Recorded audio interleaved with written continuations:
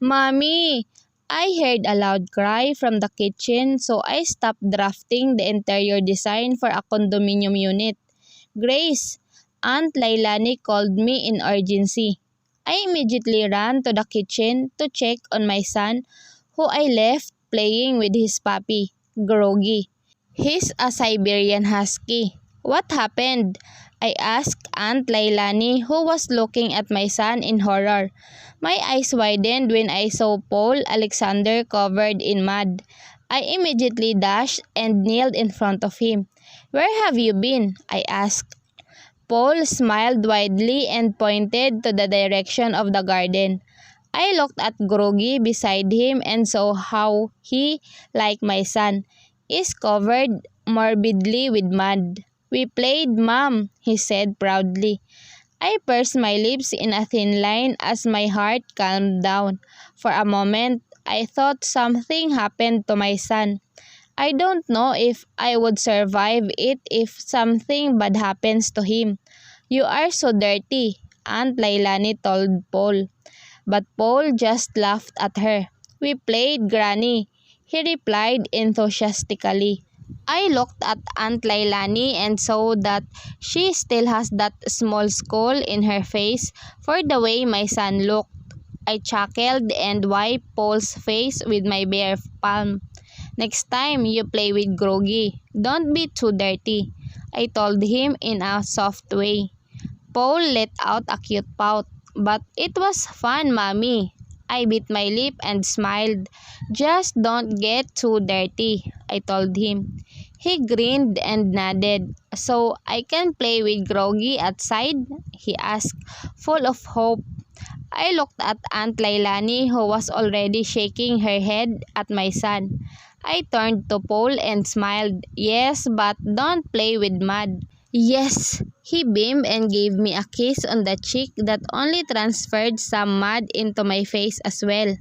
Paul, I scolded him, but he was already happily running to the bathroom. I sighed as I watched him and his nanny, Ophelia, enter the common bathroom to get cleaned. I just shook my head and leaned on the kitchen counter. Aunt Lailani was giving me looks. I hope this project is the last for the month, she said. I smiled weakly and nodded.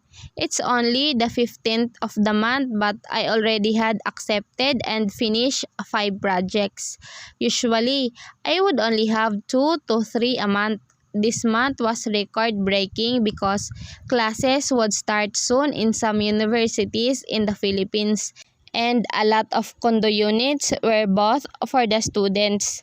Paul is going to be in a preschool soon. You should spend more time with him while you can, she told me. I nodded and smiled. Thanks, Aunt Lailani. I wouldn't know what I would do without you, I said because it was true.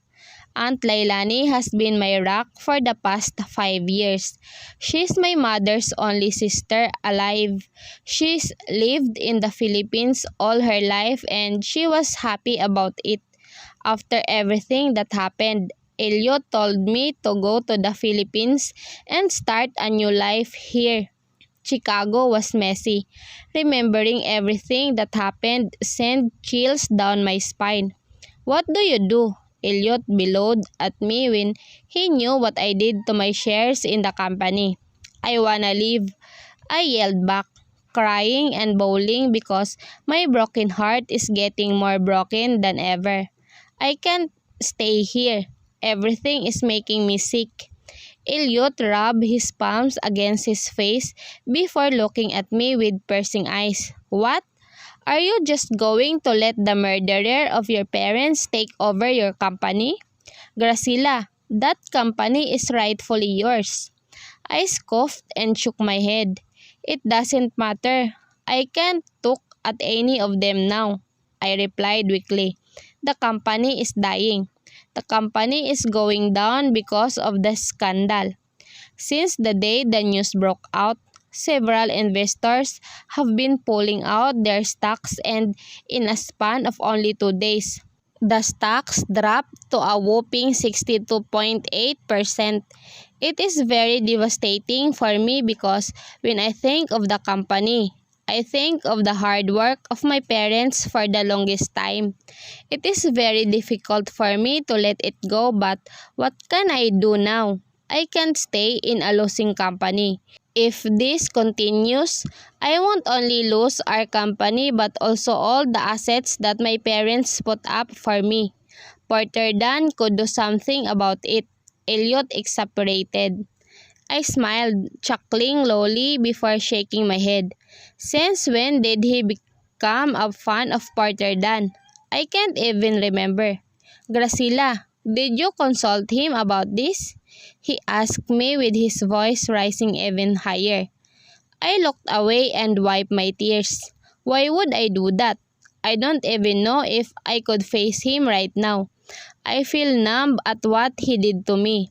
Thinking about everything I did with him makes me hate myself more than anything. He betrayed me. No, he didn't. Betrayal is when he was loyal to me in the first place. He, on the other hand, was never loyal to me. He used me. He used me to take the company away from me. Evil. He's evil. I felt like I don't know who he really is anymore. Maybe this is who is really is. Maybe this is what he really wanted to begin with. This is who he was in the first place. He's been known as a ruthless businessman. He would do anything to gain advantage over everyone. Why had I forgotten this fact? I am so stupid. Are you leaving him? Elliot asked me. I inhaled a deep breath and looked away. I bit the insides of my cheeks. I kept reminding myself that Elliot knows nothing about what was really happening. Elliot doesn't know why I am leaving. He doesn't know why I wanted to go away badly. Why? Like the waterfalls, tears automatically roll down my cheeks. I hate myself for loving Porter Dunn. I hate myself for giving my all to him. I thought he loves me. I thought he feels the same way about me. But is he actually capable of loving? Why, Gracila? Why do you suddenly want to leave? Elliot pondered. I looked at him while more tears fell. I'm pregnant, I sobbed. Elliot's lips parted. His eyes widened in surprise. What? He asked in disbelief. I looked away and wiped my tears. I swallowed a lump inside my throat. I'm pregnant, Elliot. He is the father. Elliot's eyes on me softened. He walked to me and gave me a hug. Then why? He asked softly. Why are you leaving? Porter Dunn deserves to know this. I shook my head. No, I said firmly. No, he doesn't. Elliot looked at me in confusion. What's happening? I shut my eyes and sobbed against my cousin's chest. He planned all this, I said. Uncle Aris and Porter planned all this from the very beginning. I could feel Elliot's body stiffening at my confession. Are you certain? He asked. I cried and nodded. Shh, he uttered. If that's the case, then we need Aunt Lailani. Elliot called this morning. He is asking if you can visit him soon, Aunt Lailani said. I looked at her. I'll see. He said he wants to see Paul again. I smiled. Yeah, he's been pestering me about my son for months now. Elliot has been nothing but a good uncle to my son. Last year, he came here 3 times. Paul's birthday, on Christmas, and on Aunt Lailani's birthday. Paul seemed to like him as well. He is the only father figure that my son has and he's doing a pretty good job on it. Maybe you should go, Aunt Lailani suggested. I looked at her and smiled. I don't know, Chicago's messy. And besides, it's cold. I don't think Paul would appreciate it there. Paul has never been out of the country. When I have some projects abroad, I always leave him with Aunt Lailani. It's a good thing that Paul understands my work. He never really got jealous of the attention I am giving my work. He knows how my work means a lot to me and he respects it. But that doesn't mean I would choose my work over my son. Paul is the most precious thing in the world for me. He's the reason why I am still living. He's the reason why I still strive in my field. I recall the moment when I first came here. I was pregnant with Paul, and Lailani was the only person I know, and she is the only person I trust from around here. She doesn't have a husband. She doesn't have a child, so she took care of me like her own. After I gave birth, I spent the first year being a hands-on mother to Paul before Aunt Lailani told me to finish my course in fine arts. It took me a year to finish it since I already took up all the major classes when I was in the States. I also took up some crash course in drafting and interior designing that landed me in my job now. I am a freelance interior designer. I admit the first years have been hard, but when I already gained some clients, I got endorsed to an even larger number of people, and that's how it snowballed. Over the past years, I have been investing in several businesses as well. I promised myself that I would be an established interior designer and gain a lot of money, so when I go back to Chicago, I will take back what's rightfully mine, and I will finally have justice for my parents. Oh, isn't that Porter Dunn? Aunt Leilani told me while she pointed at the television that's showing Porter Dunn in his newest business venture, Dunn Airlines. On the screen, he is wearing a gray three-piece Armani suit. His hair is a bit longer than what I remember. His eyes are even more intense than ever, and his jawline is the same perfection that it was years ago. I smirked. He still looked the same, only more intense. He's speaking to a reporter while his thick brows are furrowed and accentuates the color of his eyes. He's doing so well. Aunt Lailani teased me. I raised my brow at her. He must do well while he can, I said before leaving the kitchen to continue what I was doing. I swear to all the gods, angels, and saints, I will come back and take back everything that's mine. Are you going out, Mommy? Paul asked when he was sitting in front of his breakfast. I am already in my office clothes because I will be presenting my design to Mr. Tan, my client. Apparently, if I close this deal, I will stop designing for a while because I want to travel with my son. I just don't know where for now, but I am so determined to get this design approved. For the past 5 years, I have worked nonstop and tried my best to make myself known in the Philippines. And that's where I am now. A lot of powerful people ask me to design their mansions, pads, and units. All of them trust me with their homes, so I think I have made quite a good impression for myself. I smiled at my son. The reason for all of my hard work. I need to work this morning, Paul. I will be back after lunchtime, I assured him. He frowned at me for a moment before smiling widely. Can I play with Groggy while you're away? He asked, full of enthusiasm and hope.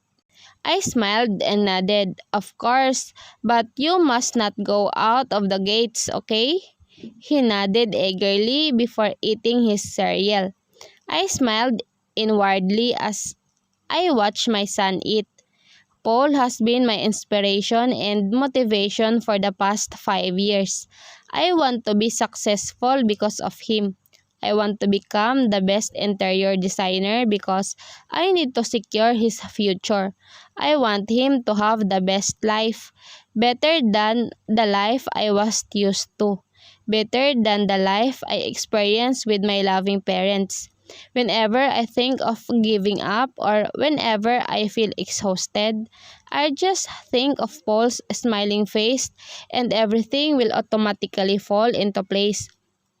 I have to do this for my son because he deserves only the best from me. I stood up and kissed Paul on the cheek. Mommy will go now, okay? I told him. His big round eyes looked at me before nodding.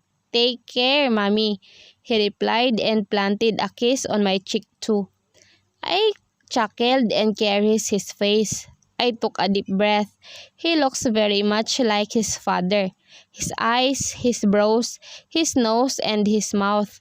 The more I look at him, the more I am convinced that he is a spitting image of his father.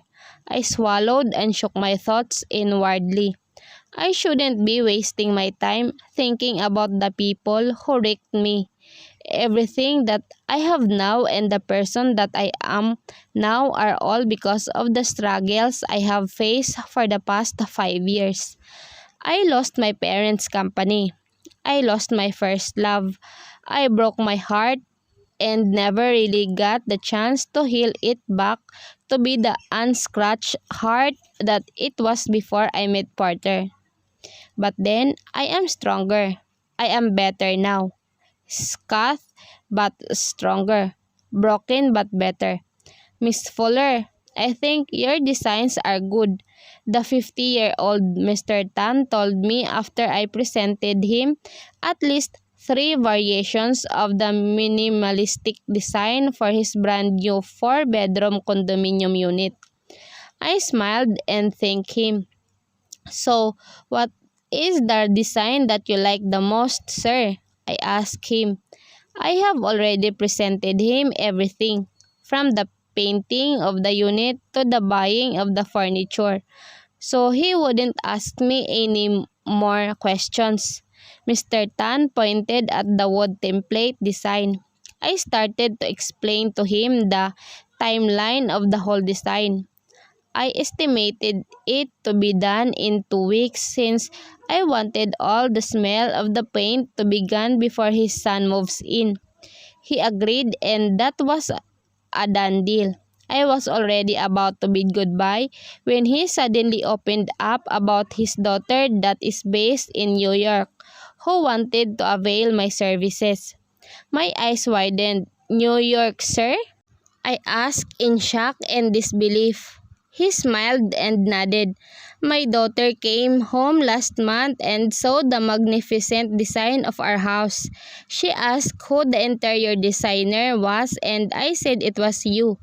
She's interested in hiring you to design her newly bought house in New York since she's going to start a family soon.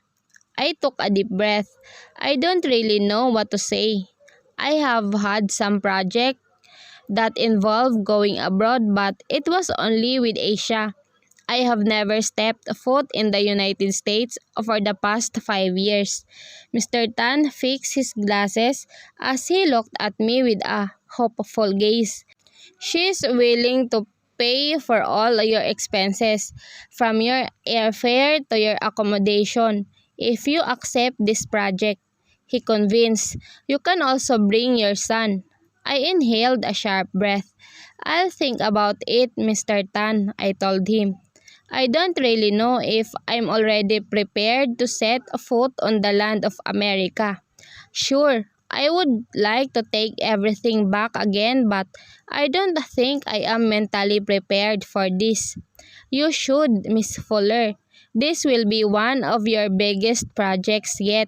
You might even get clients from the US once you accept this because my daughter works in the Chinese embassy in New York. Wow, that escalated quickly. So his daughter is a diplomat. No wonder. Though Mr. Tan is also a Chinese diplomat here in the Philippines. I smiled and nodded. I'll call you when I have finally decided, Mr. Tan, I said. For the moment, I would like to know when we could start working on your son's unit. He grinned and nodded. You can start as early as tomorrow. This is my birthday gift for my son, so I need this done before his birthday comes. I nodded. Noted, sir. Now, I have to take my leave, I told him. He curtly nodded at me. Sure, Miss Fuller. Just let me know about your decision, he said. I smiled and took my things. I bade goodbye and left the building. When I got home, I told Aunt Lailani about Mr. Tan's offer. I want to know her opinion because she's one of the most strategic persons I have ever met in my whole life. She has a different take on things, but the result always surprises me. She raised her brow at me. I think that it is a big break for you. She's a diplomat there, Gracila, she said and then leaned on the table. But are you ready to do it? I pursed my lips in a thin line. That is also the main question inside my head. I don't really know if I'm ready to go, but I sure as hell I know that I want to go back to take back everything from the people who broke me and my family. However, I couldn't do that if I don't have a strategic plan, a fail-proof plan. Are you ready to go back? I stared into my aunt's eyes and sighed. I was about to explain my side when my phone vibrated. It was a message from Elliot. He sent me a link that led me to a news article about Porter Dunn. My eyes narrowed at the title of the article. Magnate Porter Dunn is set to marry Harris Artemis Fuller of the Grayson Airlines. I raised my brow, but I couldn't deny the shivers that I felt when I read Grayson Airlines. I already know that they didn't change the name of the company. I just don't understand why. Grayson was from my name. It was where my parents named the business. Elliot. Got it? I think you should go back before it's too late, Gracila. I shut my eyes and almost threw my phone on the table. What's wrong? Aunt Lailani asked, but she already took my phone and read the news. The article got me enraged. Porter is engaged to Artemis, my cousin, the daughter of Uncle Aris. I wonder if it's a marriage for convenience because they want to merge their existing airlines to become the largest in the industry. Oh my goodness, Aunt Lailani gasped. Were they dating for the past 8 years? I looked at her with narrowed eyes, confused of what she just said. What? I asked back. She looked at me in horror before tossing me back my phone. Porter Dunn and Artemis Fuller are said to have been dating for the past 8 years before deciding to tie the knot early next year. Amidst all the controversies, that this is a pragmatic marriage. The two proved to be marrying for love and nothing more. My eyes narrowed at the article. I am already cringing at the way the article was written. It was as if the writer was a fan of the love story of the two. But then my heart almost stopped when I saw some pictures attached in the articles. Below each photo are the year that it was taken and a bit of a caption. There were a lot. Porter and a girl walking to his familiar Aston Martin. Porter and a girl in a cafe. Porter and a girl kissing in the parking lot. My heart started to clench at the sight of the photos. I need to go back, I told Aunt Lailani. You should before it is too late. She beamed at me. I can't let that happen. I can't let him take the company from me. I can't fail my parents this time around. Now, I'm going to be the one to destroy everything that they have, more than the way that they took everything from me. I will make sure that they will experience the hell I went through. I looked at the photos again. My blood started to boil, making me clench my fist. Porter Dunn, you're still a liar and a coward. Or maybe you have gone dumb too. Because how can you say that the girl in the photos is Artemis when it's so obvious that it is me? I started my project with Mr. Tan's son right away because I need to finish it all before I fly to New York with Paul. Yep, I accepted the offer of Mr. Tan's daughter and she was very delighted to know it. As a matter of fact, it only took her a day before she booked us a ticket to the States. She also leased a prestigious apartment in New York for us to stay at. And above all, she also lent us a nanny so someone would look after Paul while I am at work. But that I refuse. I have already arranged the papers for Ophelia to come with us as much as possible. I don't want to confuse Paul with new people.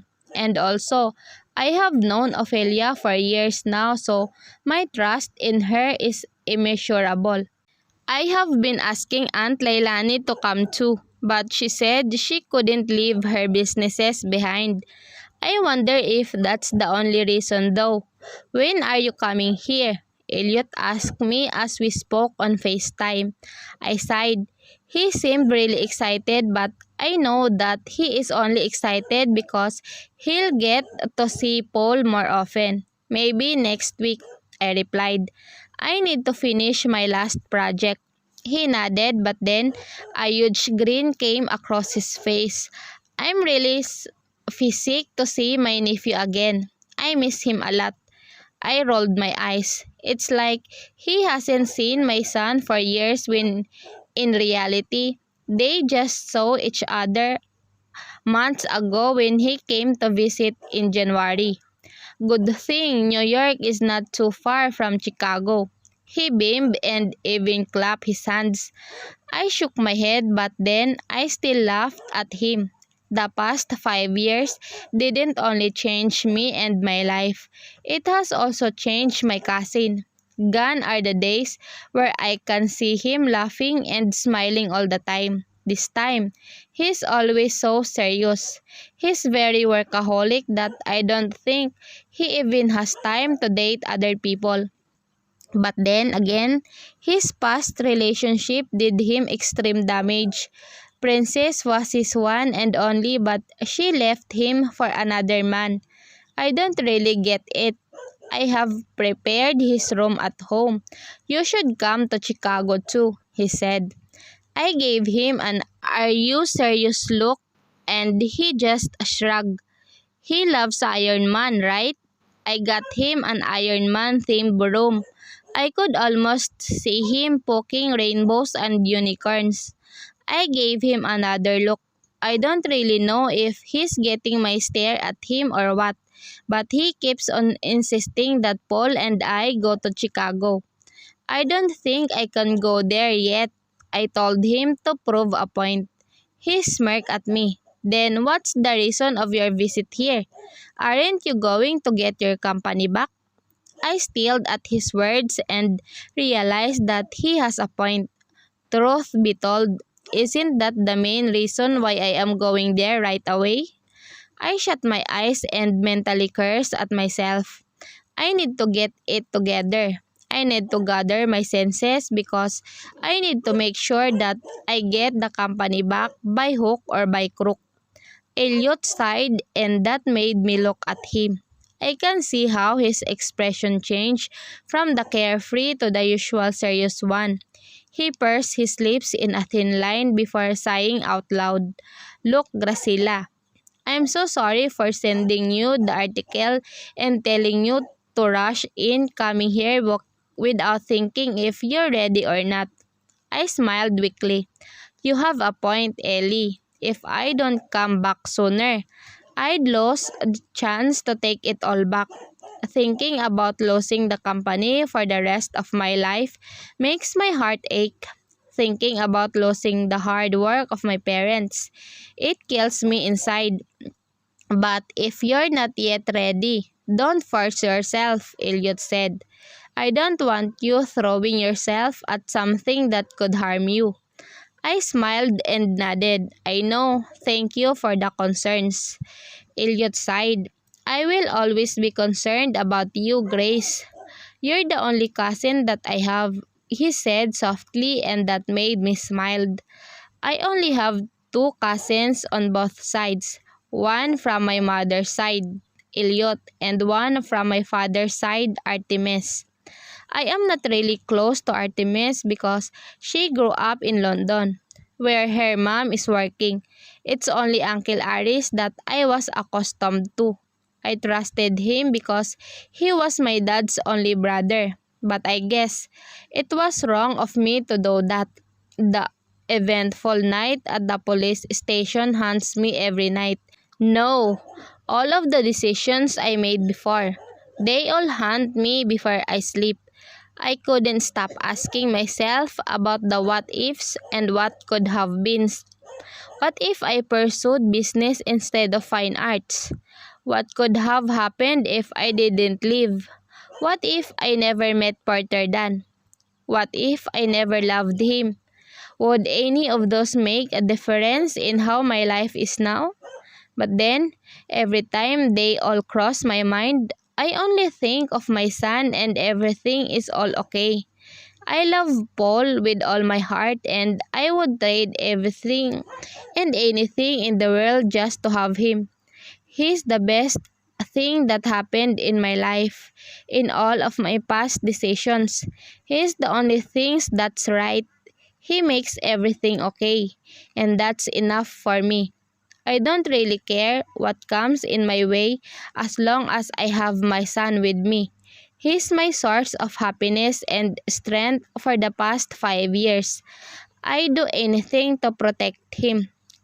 2 weeks later, Paul, Ophelia, and I are already waiting for our luggage on the conveyor. Paul really seems so excited to be in another land. Ophelia looks happy too. I sighed in relief. At least, I can say that it was not a mistake coming here. Mommy, where are we going to live in? Paul asked. I turned to him and smiled. My boss rented an apartment for us. We'll stay there for the time being. Paul blinked at me. Can we go to Uncle Elliot's place? He told me he got me a room for Iron Man. I smiled and nodded. Of course, we'll go to Uncle Elliot's when Mommy's done with her client, I assured him. Paul smiled widely but then it faltered moments later.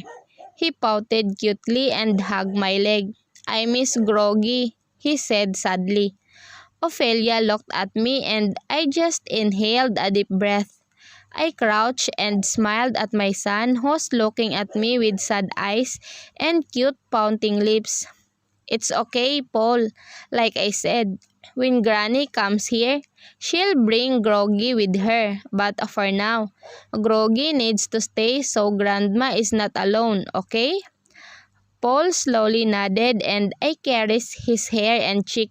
I smiled. Cheer up, okay? We're in New York. Smiles are a must here. I told him and he automatically smiled despite the confusion written on his face. I chuckled and held his hand while we waited for our luggage to come. It took us about an hour until we got out of the airport gate. We were automatically fetched by a black SUV and drove towards the apartment that Miss Darlington rented for us. It was close to the heart of the city, so it was easier to stroll around. Miss Tan will see you tomorrow, Miss Fuller, Darlington's assistant told me. I nodded and smiled. That is noted. We'll fetch you tomorrow, Miss Fuller, at around 10 in the morning, he said before turning to leave. I raised my brows and smiled. Well, Miss Tan's got us all covered. I guess I will like this project because of the client's attitude. But then again, she's a Chinese diplomat. I shouldn't expect for less. Mommy, Paul called me from the living room. He's staring out the window and pointing down where there are a lot of people walking. New York is one hell of a busy city. I looked around the apartment. There are 3 bedrooms with bath, a kitchen, another bathroom outside of the rooms, a living room, and a dining area.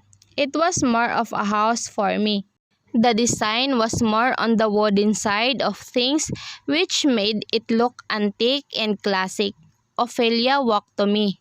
"Where will I place the bags, ma'am?" she asked.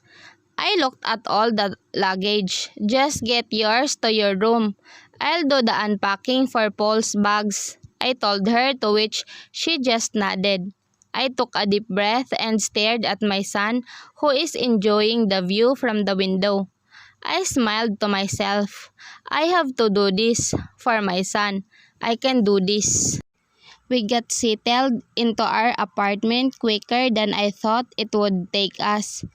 Paul was so excited about the new environment, which is such a great relief. The next day, I left him with Ophelia and told them that they could roam around if they want, as long as they come home before 3 in the afternoon. I figured I will be back from the meeting with Miss Darlington. "I will just message you, ma'am," Ophelia said when I told her to ring me right away if a problem comes up. I nodded at her before looking at Paul. "Mommy will come back before you know it, alright?" I asked him. He smiled and nodded. "I will roam around with Nana Ophelia too, ma'am." I chuckled and nodded. "Don't get lost, okay?" He giggled and gave me a kiss on the cheek. "I love you, mommy." I caressed his cheek and kissed him.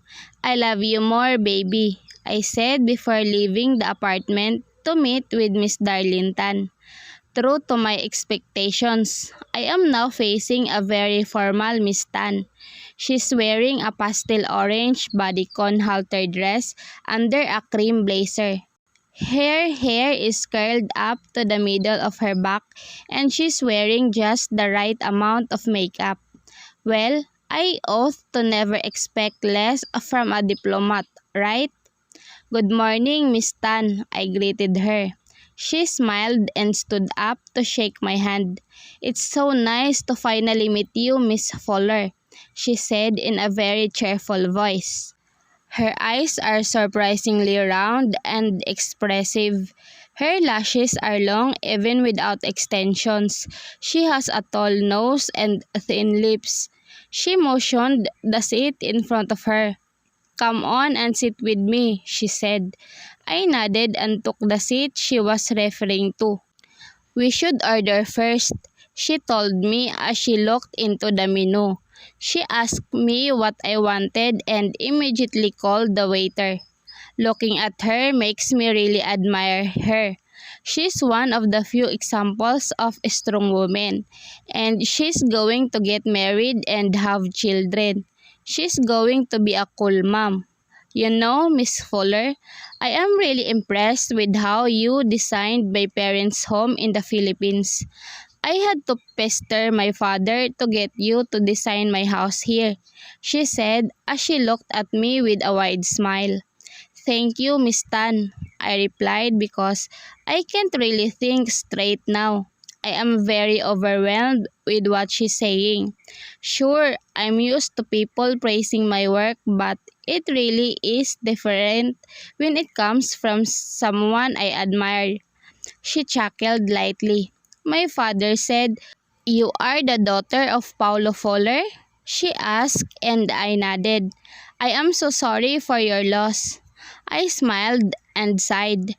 "It's okay now, Miss Tan. I have somehow gotten used to the empty feeling." She looked at me sadly. "I know, but it got really messed up before and I am so sorry that you had to go through all that." I blinked twice. It's not really a big deal to me anymore. I think I have survived the dark moments of my life. I am happy now with my son." She stared at me before smiling widely. "I know, and I am very happy for you. You redeem yourself and become stronger. It's what is really important in life, you know, she said, going through a lot and surviving them, because through that will you be able to learn how to depend on no one but yourself. I grinned widely and nodded. That's true. I have never really thought I could do it until I did it. I am somehow proud of myself. You should be, she exclaimed. What you went through is catastrophic.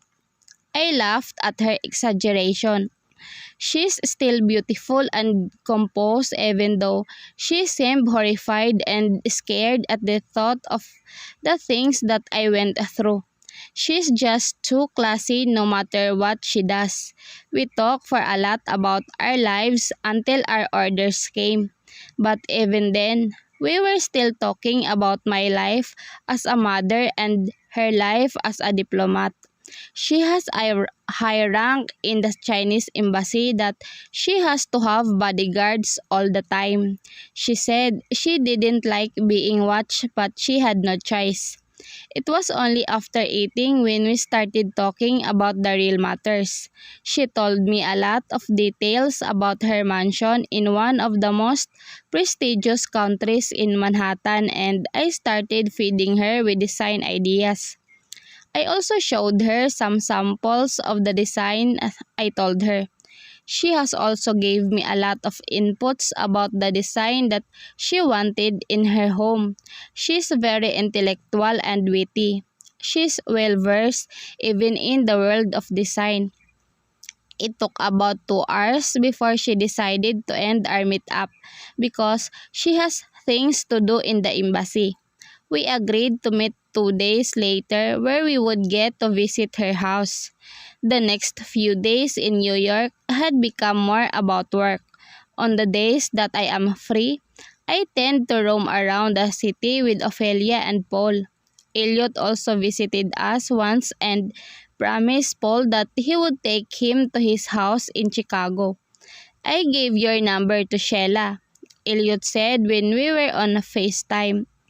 My eyes widened at the mention of my best friend's name. I miss her so much. When I left for the Philippines, I cut all my ties to everyone except Elliot. I was depressed and very down. I felt alone even though I am with a lot of people at Aunt Lailani's house. She said she's going to call you, he continued. I smiled widely. Really? I hope she calls me soon because I miss her so much, I replied. I have a lot of things to say to her. I have been through a lot, and above all, I am going to let her meet Paul because I believe that she's going to be a good aunt to him. She's possessive and protective. She's my best friend. Yes, she immediately booked a flight to NYC when I told her. She's be there by now, so wait for her to call, Elliot told me. And I was already so excited. I was very hopeful and was lost in anticipation. So when I saw her name on the caller ID, I couldn't help but scream in joy as I answered her. Gracila, she asked. Her voice was still the same. And damn, I missed her voice so much. Sheila, I beamed and she beamed back at me with a happy scream. I miss you. I could hear her squealing from the other line before I heard sobs. Damn you, bitch. I was so sad when you left without a word. I miss you so much, she exclaimed. Where are you? I'm in New York now. Can we meet, please? I immediately confirmed it and we decided to meet at a cafe near my place. I was so excited like it was a grand reunion or something. Sheila is one of the few people I treasure the most, and cutting my contact with her is one of the saddest things I have ever done in my whole life. But then, I believe that it was the right thing to do then. I walked into the cafe and immediately saw Sheila sitting near the window. She is wearing a yellow knitted sweater. A pair of white pants and cowboy boots. Wrapped around her neck is a sky blue thin scarf. Her hair is cut short, just above her shoulders. Her face matured, but I couldn't help but admire how her face matured really well. She's so beautiful, even more beautiful than what I remember. Her eyes widened when she finally saw me. Her lips parted before she stood up and ran to wrap me around a tight hug. "Grace!" She beamed as she buried her face on my shoulder. I could feel her shaking and could hear her sobs. I bit my lip as tears also stung my eyes. I never really had a close friend, just her. I never wanted to live just like that, but my mind was a mess that time and I couldn't think of anything or anyone else but myself and my child. I hugged her back and as tight as her embrace on me. "I miss you, Sheila," I said through the tears. She looked at me with her tear-streaked face. She cupped my face and smiled. "I miss you more, you know. I never had a friend after you. I was mourning for your leave and no one could ever comfort me." I sighed and looked at her apologetically. She narrowed her eyes at me. "You need to tell me everything, from the top," she said while pointing her index finger at me. We talked about our lives and there, I learned that she is already over painting and is now studying fashion. She said she could use her drawing skills and her wide imagination to create the best clothes for fashion. She told me how she's been down for the past 5 years because she hasn't heard anything from me. She pestered my cousin all the time to give a few information about me but he never gave her anything. I also narrated what happened to me, including my son. Sheila was very excited when I told her about Paul and she was so eager to meet him. So the next thing I knew, we were already walking towards my apartment so she could meet with my little monster. "Oh my goodness, he looks so much like his father," she gasped as she stared into Paul's face. Paul blinked at him, confused of the person in front of him. "Who is she, Mommy?" he asked. I smiled. "She's your Aunt Sheila. She's my best friend," I told him. Paul looked at Sheila again with wide eyes before smiling widely. "Hello, I am Paul Alexander Fuller," he introduced himself. Sheila squatted down to Paul's height and caressed his face. "Hi, Paul. It's nice to meet you," she said before pulling him into a hug. Paul, even though confused, still hugged her back. "Do you play Lego?" he asked randomly. Sheila looked at him and smiled. "Of course, come on, let's play," she replied, and Paul immediately felt welcome and warm to her. Sheila glanced at me and smiled before mouthing, "He looks like Porter Dunn." I bit my lip and shrugged. "Of course, I know that. I have seen my son grow and he looks so much like Porter every single day." I let the two play in the living and I went to help Ophelia in the kitchen. She's cooking pasta and some Filipino dishes because Paul loved them. After an hour, Sheila walked to me and nodded. "Are you sure you don't want Porter to know about Paul?" she whispered. "Yes," I replied. "There's no need for him to know he has a son." Sheila raised her brow at me. "Yes, I believe he doesn't deserve Paul, but whoever sees him would know that he is Porter's son," she exasperated. "Look at his face." I rolled my eyes. "I know that," Sheila shrugged. "She already knows about my plan and I tend to leave my son out of it." My phone suddenly vibrated. It was a message from Elliot. "Elliot, you need to suit up. We'll attend the annual France Gala next week. I already confirmed your RSVP. I pursed my lips in a thin line. Fras Gala is known as the annual gathering of all businessmen in Chicago. But in the past few years, businessmen from other parts of America are also attending it. This only means one thing. I will see Porter Dunn again. I sighed hard before looking at Sheila, who read the message as well. She smirked at me. Be sure to send me an ugly photo of your evil witch of a cousin, Grace, she said before walking back to Paul. The France Gala this year is said to be the most epic of all the galas from the past. This year marks its 30th anniversary, so it is expected to be grander than the rest. It is held on the most prestigious hotel in Chicago and has a guest expectancy of 200. I actually sighed in relief when I knew the guest count. 200 people would mean there would only be a small chance that I would bump into the people I hate. But then again, I don't really care now. Elliot is wearing a white Armani suit and a gray necktie while I wear a floral embroidered sleeveless gown by Oscar de la Renta. My hair is in a half-up French braid crown.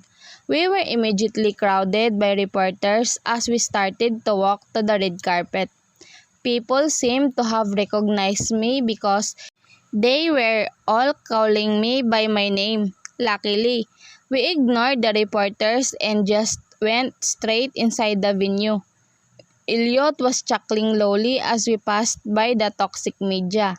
I glared at him. I haven't been to France Gala for 5 years, Grazilla. Don't think that you're the reason why the reporter flocked at us, he said, confidently while we were escorted to our table. I rolled my eyes at Elliot, who sounded very arrogant at that. I don't really care about what the reporters want. I was just taken aback by their sudden attack. It brings back a lot of memories. I shook my head to clear my mind as Elliot pulled a chair for me. Good thing it's just us two in the four-seater table. I wouldn't feel really awkward. We started talking about the businessmen we see and play them privately.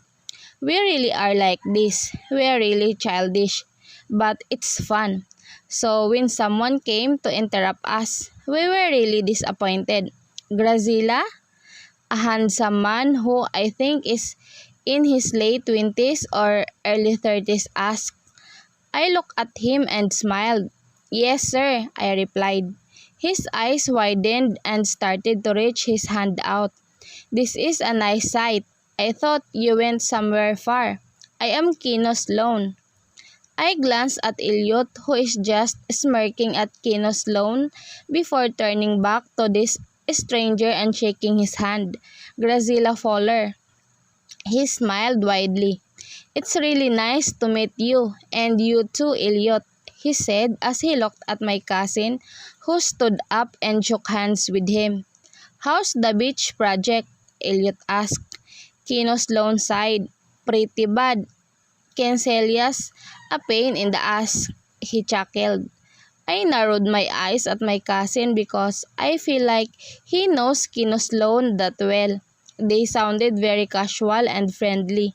Something I never heard of Elliot whenever he's talking to other businessmen. Kino Sloan looked at me again. Ah, you don't know? Elliot and I are friends. I looked at Elliot, who is just nodding. We met in college and went off from there. He also likes my cousin. Kino Sloan beamed, which earned him a playful punch from Elliot. Okay, I never thought Elliot would have a crush on someone. Truth be told, I never thought he would love someone else after what happened between him and Princess. But then, I want him to be happy again. I hated seeing a depressed and serious Elliot, so I hope he pursues Kino Sloan's cousin. But then my cousin is already married. Kino laughed and Elliot continued to punch him. I get it. He's teasing Elliot, but then, when I look at my cousin, I don't really think he's that affected. He's just punching him because he's just like that. I smiled as I watched the two interact. Kino Sloan sat on our table for a few more minutes before he excused himself because his parents called him. I started to tease Elliot with Kino Sloan's cousin too, before a few familiar came into my line of sight. Mr. Santos and Mr. Ferrand were looking at me. They were both investors and stockholders in Grayson Airlines before. They were included in the people who supported Uncle Aris. Anger immediately rushed to my chest and I clenched my fist so hard under the table. Elliot seemed to have noticed my sudden action and looked at the direction that I am looking at. I heard him sigh. He said something that I didn't catch because I was busy sending nerves to the two older men. They seemed to have stiffened and only moved when another familiar face came in sight. There I saw His Majesty, Aris Fuller, who's wearing a grey tux with a red necktie. Mr. Santos and Mr. Ferrand tore their eyes off me and started to talk to Uncle Aris. They must have told him about me because Uncle Aris immediately looked my way. I gritted my teeth the moment our eyes met. I hate that he's out here living the best of his life after what he did to my parents. Burning anger and raging desire to bring him down enveloped my whole system. Uncle Aris' jaw dropped as he saw me. Elliot immediately blocked my view and looked at me with seriousness written all over his face. Don't look at them. I shut my eyes and took a deep breath to try to calm my anger heart. Grace, Elliot called me in a warning. I opened my eyes and looked at him. He's looking a little calmer now. I know it's hard to see them because you're angry. But I think this is the best time to show them that you are back. I chuckled weakly and shook my head. I am so angry at them. I know. I'm going to get my revenge slowly but as painful as it can be. Elliot smirked at me. I know, Grace. We'll get it. We'll get the justice you deserve, he said as his eyes narrowed at someone behind me. I instinctively looked behind me and there I saw the man I am very familiar with, Porter Alejandro Dunn. He's wearing an all-black Armani tuxedo with a gray necktie. Wrapped in his arms is my cousin, Artemis Fuller, who is sporting a Channel white gown with a high slit. They are not looking at me because they are busy talking to Porter's cousins. They seem to have been joking around because I can see them all laughing heartily. There you go, Elliot said, and I tore my eyes off Porter and his company. Elliot raised his brow at me. Is it good to see him again? He asked me. I think it's better to see him once I already got my revenge, I replied, and he just laughed. In my head, I have already imagined seeing Porter for the first time after a long time. Different scenes and different events flash through my mind and I have prepared for all of them. But then it actually feels different now that I finally saw him. Memories from 5 years ago came crashing back into my head. Anger inside me renewed. I can never look at him and feel all the terrible things I have felt before. I can never think of anything else whenever I see him other than revenge. Revenge for the things he did to me. Revenge for the things he did to my parents. Revenge for my business. Revenge for my son. Revenge for my lost belief in love. Well, I can't wait for that, Elliot said in an enthusiastic way before calling the waiter for our drinks. I looked at Porter's way again and my system almost restarted when I saw him already looking at me. His eyes are narrowed at me while his brows are furrowed tight. His jaw is clenched and his lips are pressed in a grim line. Artemis is talking beside him but he is not looking at her, and neither does he seem to be listening at all.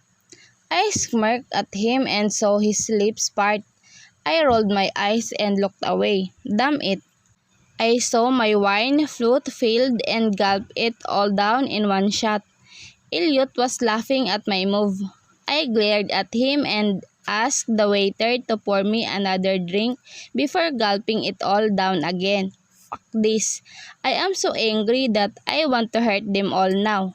I hate that they are all living their lives like they did not wrong someone. I hate that they are all living in luxury after everything they did to me.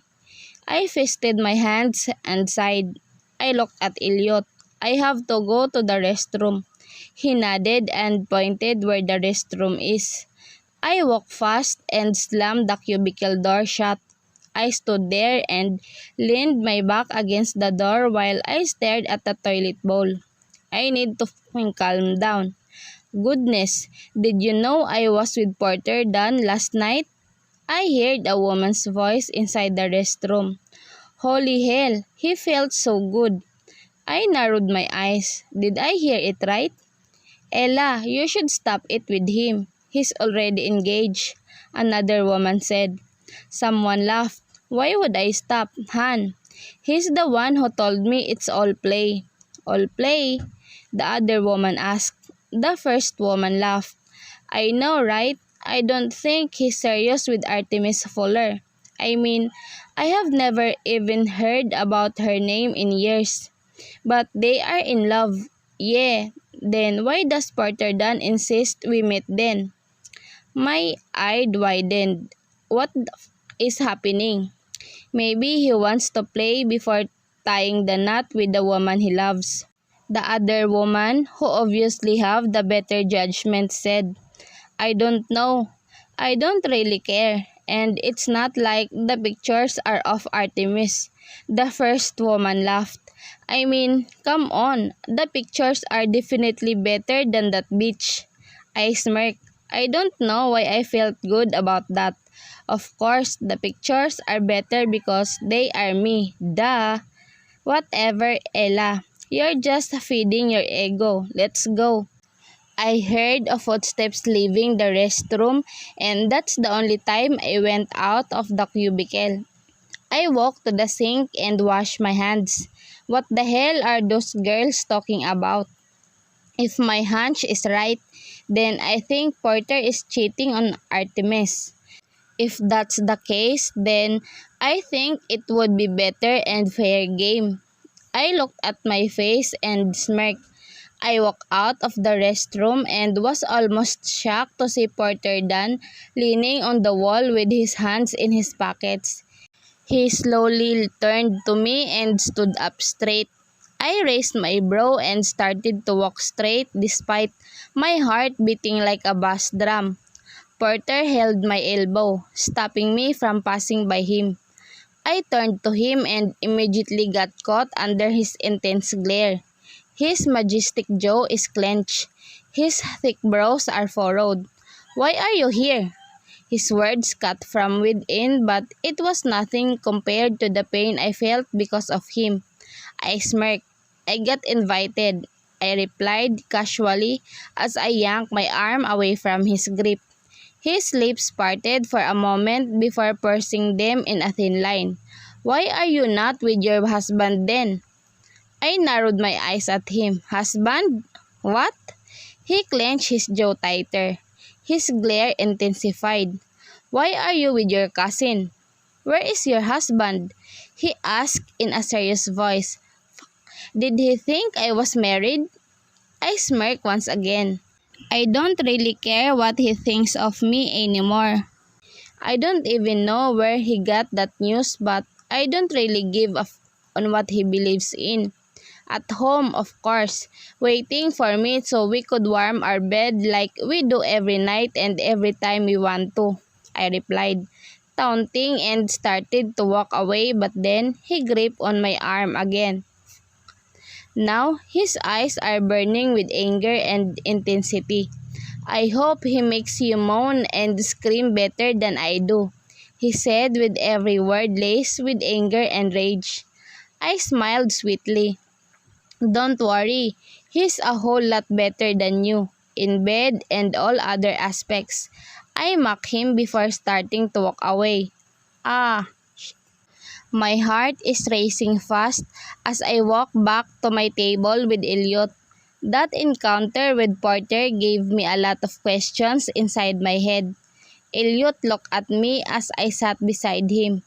He must have sensed that something is wrong with me because his brows immediately furrowed as his eyes focused on me. What happened? I took a deep breath and shut my eyes before facing my cousin. Why does Porter think I am married? I asked him. Remembering Porter's words made me very dizzy. He told me I am married. Well, technically, because he asked me where my husband is. And the fun thing is that he seemed so sure that it was a fact because his eyes were burning with seriousness. Where did he get it from? Elliot looked at me with parted lips before inhaling a sharp breath. I'm sorry, Grace. I had to tell him that because he kept on pestering me. I looked at him sharply. What? What the did he just say? My cousin pursed his lips in a thin line before looking at me apologetically. I'm sorry, Grace. It was the only thing I know that would stop him from asking about you. He started. He was always at home or in my office, asking me where you are. It was getting annoying, so I told him you were married and that you're happy. I looked at him in disbelief. I don't believe you. He did. He begged me to know where you are. Anger rushed in my heart. I don't believe this. Why would Porter look for me? He betrayed me. He sided with Uncle Aris. He was the reason for my downfall. Me being gone would mean that he completed his mission. He achieved his goal. So why would he look for me? Why would he pester my cousin to know my whereabouts? I did him a big favor by vanishing. Why would he do that? I asked, almost breathless. Tears are already brimming my eyes, so I looked up and tried to prevent them from overflowing. I bit my lip and remembered everything I went through because of what they did to me. I need to remind myself that they did me enough damage to last a lifetime. My heart constricted. I shouldn't hurt this way anymore. I worked my way up to get here. I worked my way up to be who I am now. I am finally successful on my own. I can finally get my revenge on them. I can finally get the company that I rightfully own back. I'm sorry, Gracila. It was the only thing that I know would stop him from looking for you, Elliot said 1,000 times. I sighed and pressed my eyes shut. I need to stop feeling bad about it. Porter, he's a part of my past. I love him with all my heart, yes, but I am done with that chapter of us. We're done in all aspects. We're done in every way possible. It's okay, I told Elliot. It doesn't matter now. My eyes went to Porter who is walking back to their table.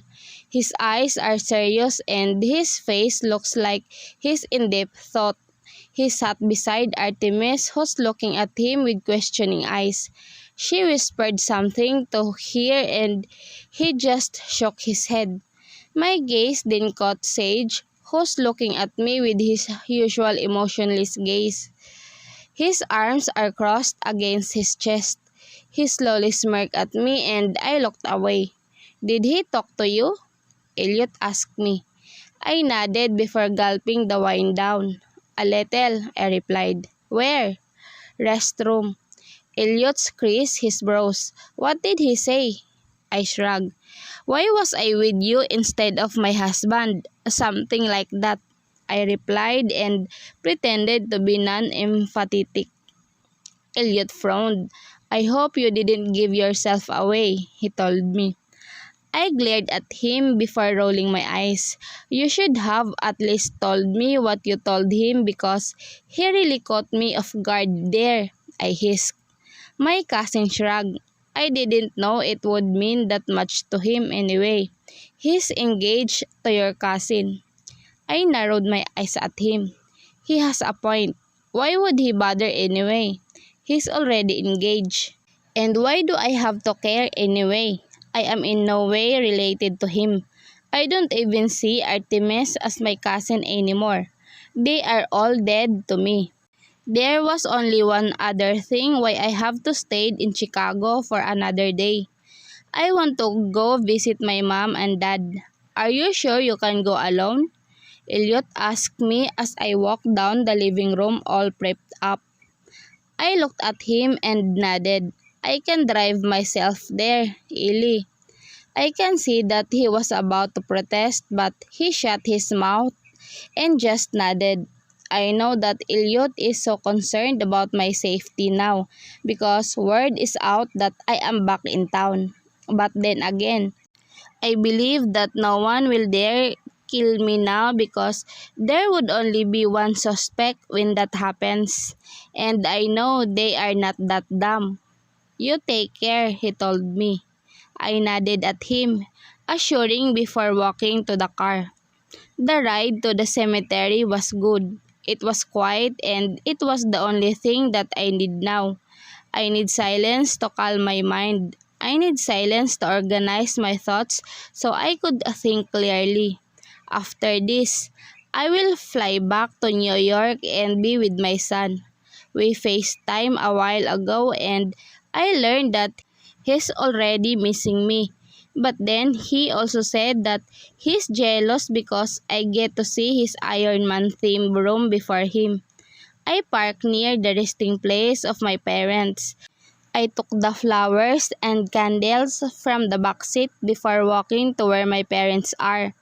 A heavy feeling started to attack my chest as I see their stone tablet. It never really gets better.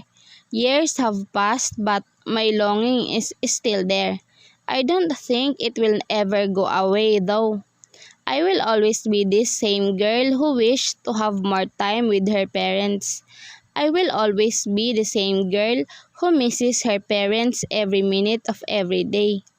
I squatted down and removed the leaves on top of their stone tablets before putting the flowers down and lighting the candles. Mom, Dad, it's me, I said silently. Tears immediately fell down as I sat on the grass. Every single day, I have thought about the what ifs. Every single night, I thought about the possibilities. I apologize for failing them every single moment. Forgive me if I didn't come to visit for 5 years. I was busy. I chuckled weakly. Did you know that you have a grandson now? His name is Paul. He's so adorable and I wish you have met him. You would have loved him just as much as I do. I bit my lip and wiped my tears. I promised to bring him here when I come back for you. I smiled as I caressed their names. I hope you're happy wherever you are now. I wish you are at peace. I gulped and smiled to myself. I miss you, Mom and Dad. I want you to know that there is not a day that I don't pray for your peace and happiness in heaven. I am so sorry for not being able to live up to the expectations. I am sorry if I didn't get to keep the company that you love the most. I sobbed hard as I clenched my fist, but I promise that I will get it back again. I will take back the company that you worked so hard for. I will take back the company that was unjustly taken from me. And I engraving that promise on my parents' tombstones. I will get it back and I would not care who would get hurt along the way. I stayed here for a few more minutes before deciding to go back. It's 3 hours before my flight so I need to go back to Elliot's house and get my things. However, just when I was nearing the car, I caught a familiar figure near it. My heart pounded so hard against my chest as I saw Porter Dunn standing near my car. He looked so arrogant as he wore a designer brand collared shirt and a pair of ripped jeans. I pursed my lips in a thin line as I watched him slowly turn his head towards me. I stopped on my tracks and prayed so hard that he does not walk towards me, but he did. He's already strutting his way to me and all I could do is mutter several expletives inside my head. I clenched my fist on my sides as Porter stopped about a foot away from me. "What are you doing here?" I asked through gritted teeth. He narrowed his eyes at me and gazed at me with intensity. He crossed his arms against his chest and smirked at me. "Good day to you too, Miss Fuller." I blinked back, taken aback by the tone of his voice. I took a deep breath and gathered my cool. "I don't have time for this, Mr. Dunn," I said as I began to walk ahead, only to be stopped by his grip on my wrist. I looked at him fiercely. "What do you want?" I asked him, all the patience gone out of the window. I could see him clenching his jaw. "Why do you fucking lie to me?" he asked back.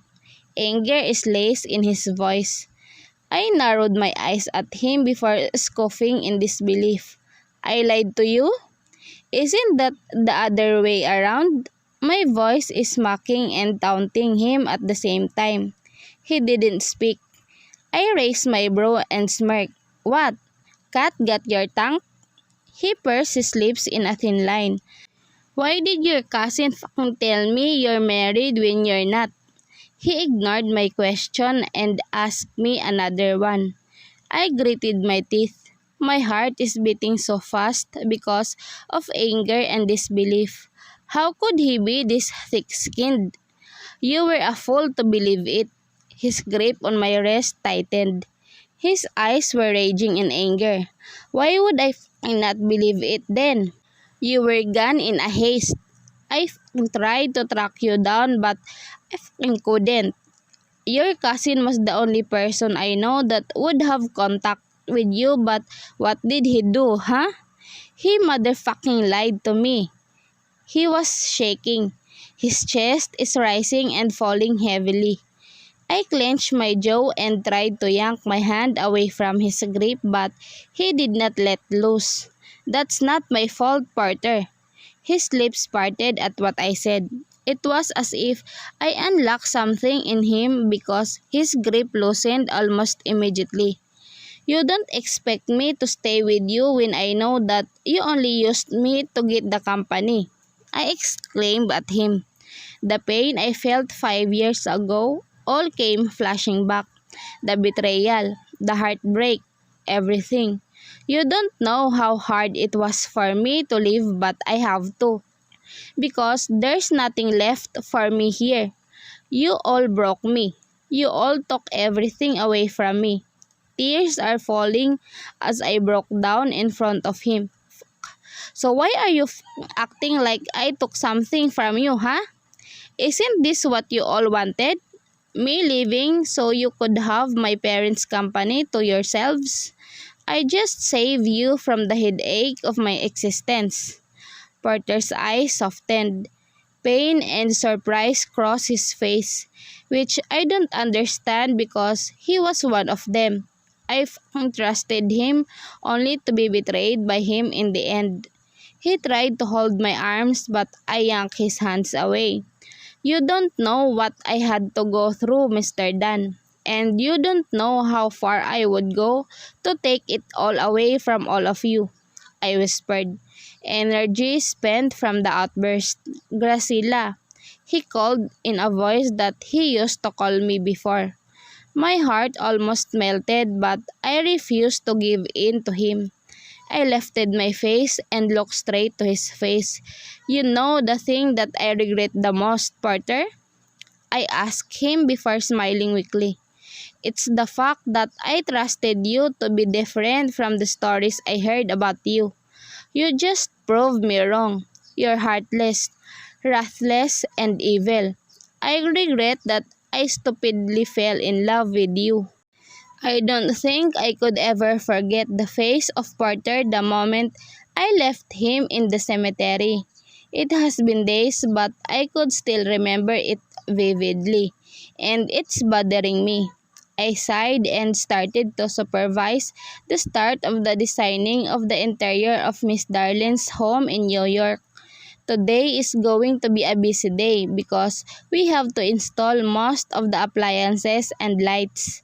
Miss Darlin's house is not exactly a house. It is a mansion.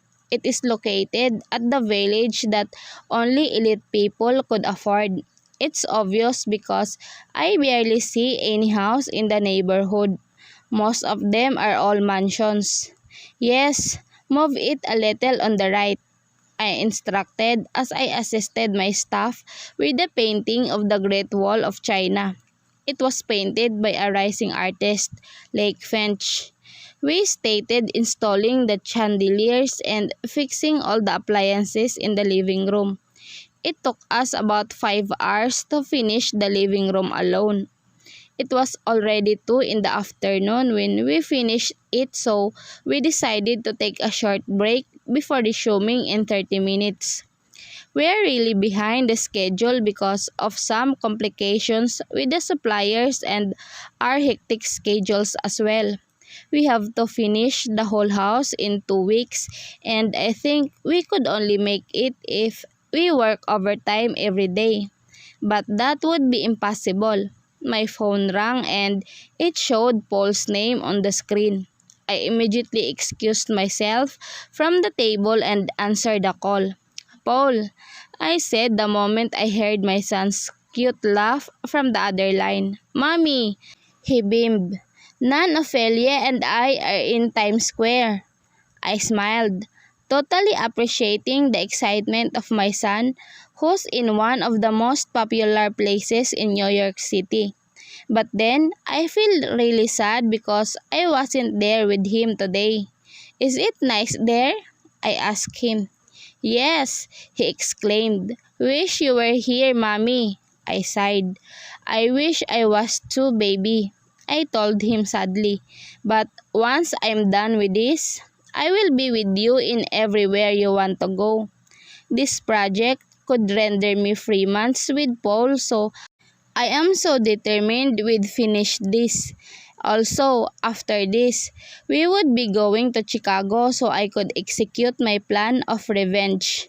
But don't worry, Mommy. I will tell you a lot of stories later. He beamed.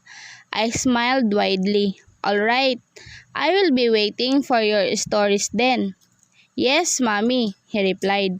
Oh, wait, Nan Ophelia asked someone to take a photo of us. I'll call you later again, Mom. Bye-bye. I chuckled. Bye-bye, enjoy, I said as I hung up. My team and I went on to finish half of the kitchen and we're aiming to finish all of it tomorrow morning. I hope. I am just so glad that my team is efficient and fast. We're at least meeting our timetable for a 2-week interior designing with overtimes every day. Grace, are we going overtime again for tomorrow? Rene, one of my team members, asked. I sighed and nodded. Unfortunately, but hopefully not. Why? Rene rubbed the back of his neck like he's shy to tell me something or what. It's my son's birthday tomorrow, so I am planning on taking a half day at work. I smiled. It's okay. You can take a day off tomorrow, I told him. His eyes widened. Really? I smiled even wider. Of course, I have a son as well and I know how important it is for you to be with his birthday. Rene looked so relieved and held my hand tight. Thank you so much, Grace. I will take the overtime work every day if you want me to. I chuckled and shook my head. It's fine. There's no need. I hope you enjoy your son's birthday. I will, he replied jolly. Then we're even, I said as I patted his shoulder. We fixed our things and started to leave when I saw Miss Darlene standing in front of the gate. She's smiling so wide as she looked at the newly painted and designed gate. She's wearing a cream coat over her white polo shirt and a pair of black slacks. She looks really sophisticated that if I were a guy, I wouldn't think twice on courting her. Miss Darlene, I called as I walked towards her. She grinned at me and waved. Gracila, we're not yet finished, I told her. She nodded. It's okay. I just came by to see the progress and I must say I am impressed. Thank you, I replied. We will try to keep up with the timetable, Miss Darlene. We're a bit late but I promise we'll keep up. She chuckled. It is okay, Gracila. No need to feel pressure. I trust you on this because I already saw what you are capable of, she uttered. And besides, I am here to give you this, she said as she took an envelope inside her Hermes bag and handed it to me. I narrowed my eyes at the envelope before looking at Miss Darlene again. She smiled at me and just nodded at the envelope. I opened it and saw a ticket to an art exhibit happening in 2 days. My eyes widened. I have never been in an art exhibit since I left fine arts. I never had the time in the Philippines as I was busy juggling my time with Paul and school and work. I heard from Dad that you're into paintings and arts, she started. This invite was given to me by the Consul of Europe. It's too bad I couldn't make it because I will be flying to Beijing tonight and I don't really want to waste a ticker, so I thought it would be better if I gave it to you. My lips parted. Now, I am in love with this woman. How can she be any more perfect? Would you attend it? She asked. I nodded immediately. Yes, of course, Miss Darlene. I will definitely not put this to waste. She smiled widely. Then it's good. I can leave now, she said as she walked to the black BMW where her chauffeur or bodyguard is already opening the door while waiting for her. She looked at me one last time and waved before getting in. I waved and watched the car drive away before looking at the ticket I am holding. I caressed it for a moment and smiled. It would be nice to attend an event like this, I whispered to myself before walking out of the county. Can I not really come with you? Paul asked me when he saw me dress up for the art exhibit. I smiled and kneeled down to his height. I caressed his face. You can come with me tonight, Paul, but I promise you that I will bring you to one of the art exhibits in the future once I get a ticket for the two of us, I explained. Paul stared at me with his round eyes, which totally reminded me of the day I was in the cemetery with Porter. God, I need to get that image out of my head. I shouldn't think of it that much. Every day, his resemblance to his father is becoming more and more obvious. More and more each day. I feel so affected that I see Porter's eyes in him. But I don't love my son no less. He's still everything to me. Paul pouted cutely but still nodded. I understand, Mommy. I smiled weakly and kissed his cheeks. I love you, Paul. I love you more, Mom, he said as he wiped his tiny arms around my neck and kissed me on the cheek. Come home early, please. I chuckled and nodded. I will, baby, I told him before leaving the apartment. I hailed a taxi that would drive me to the venue. I was a little late, so there were already a few people outside on queue when I arrived. I took the line and was admitted inside in minutes. The cold air from the air conditioning unit made me shiver. It was a bad choice to wear a mid-thigh dress and a pair of knee-high boots, even though I had a black coat on. I started to walk inside and look at the paintings one by one. I sighed as I could feel a longing feelings inside my heart. I miss painting. I miss the smell of the canvas and the paint mixed. I miss the feeling of having paint on my hands and face. I miss the calmness that it gives me. I stopped at an abstract painting. As I see it, the painter depicts a painful memory that he wanted to suppress. I don't know why it was the first thing that I thought of when I looked at it. The red, orange, yellow, and black color combination makes me think of the moments that I had to struggle in life, all the disappointments that it made me feel, and all the things that I had to give up in order to end up with the life I have today. A heavy feeling attacked my chest as I continued to stare at the painting in front of me. "This is good, isn't it?" A man's voice came beside me. I nodded without looking at the face of the man.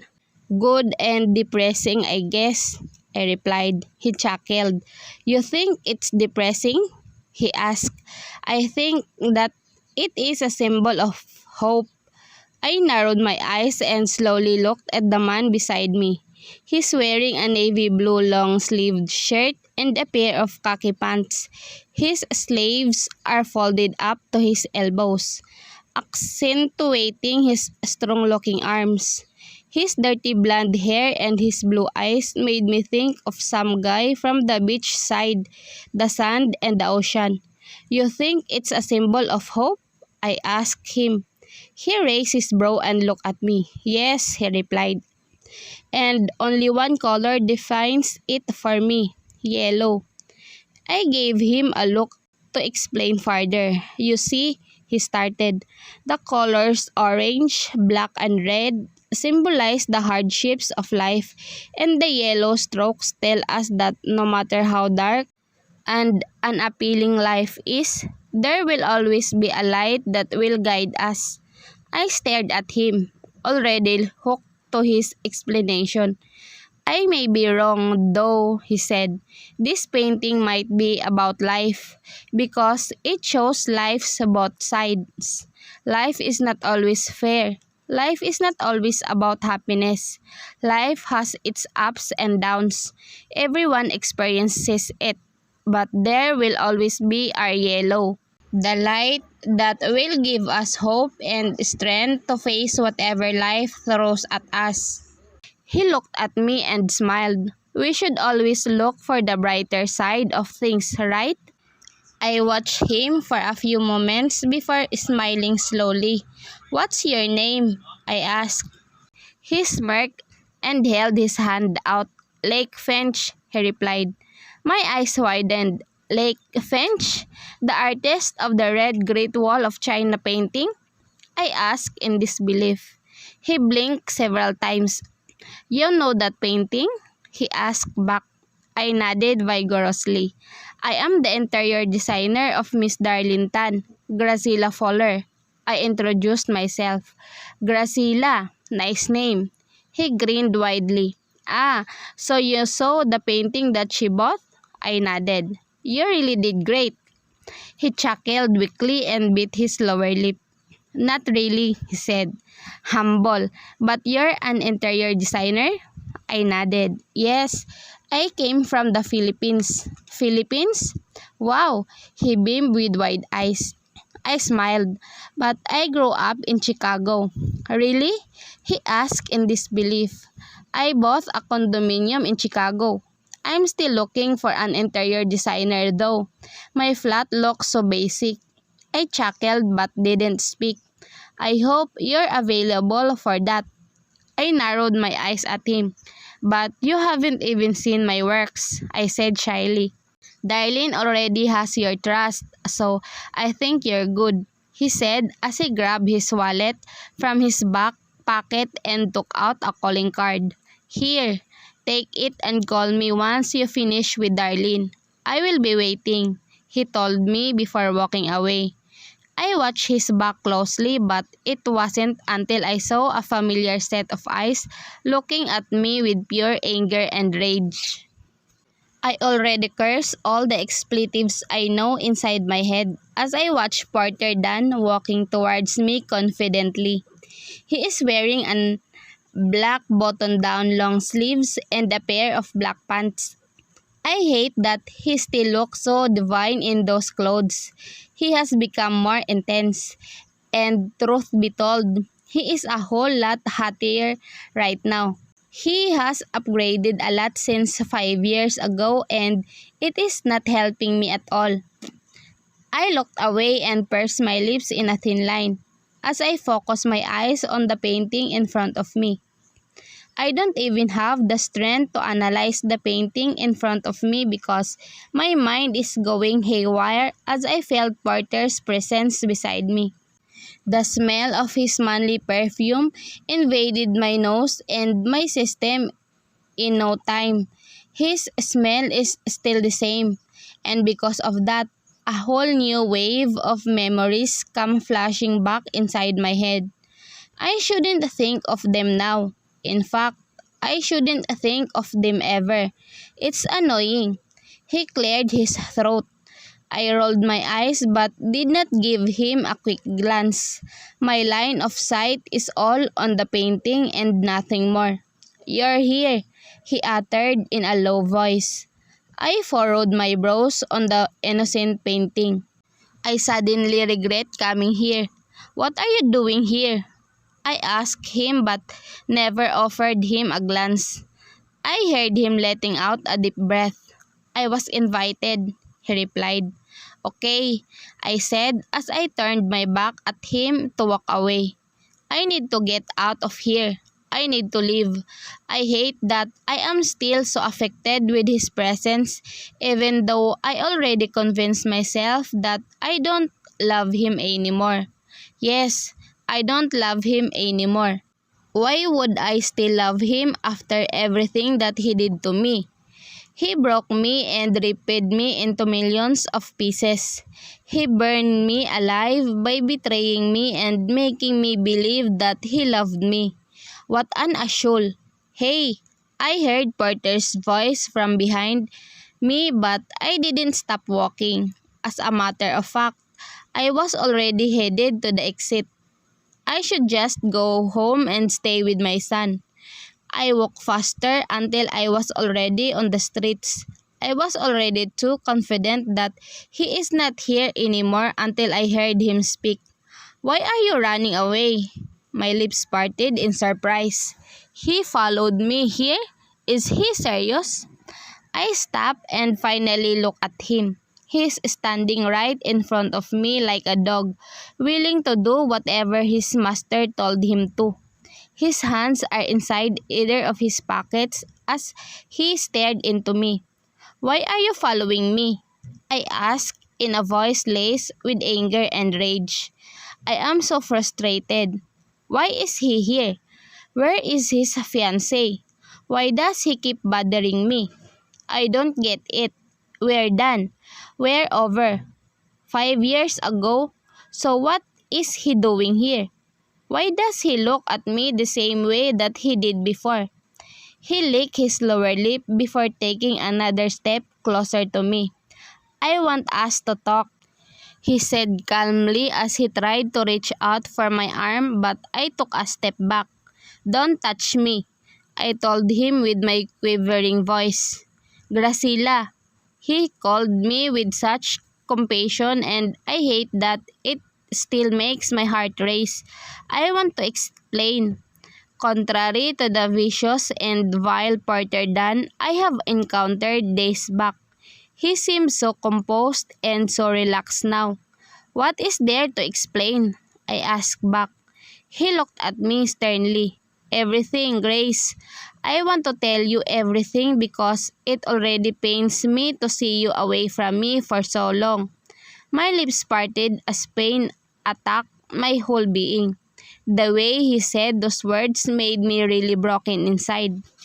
Tears burned my eyes as I shook my head. Graciela, I'm sorry for everything you believe that I did, but I want to explain, he beseeched. I shook my head. There's no need to explain, I said, almost breathless. Baby, please. His voice broke. He looked down and I saw him wiping his eyes with his palm. I shut my eyes and swallowed a big lump in my throat. I loved it when he called me that before, but right now, all I could think of is the pain that I went through.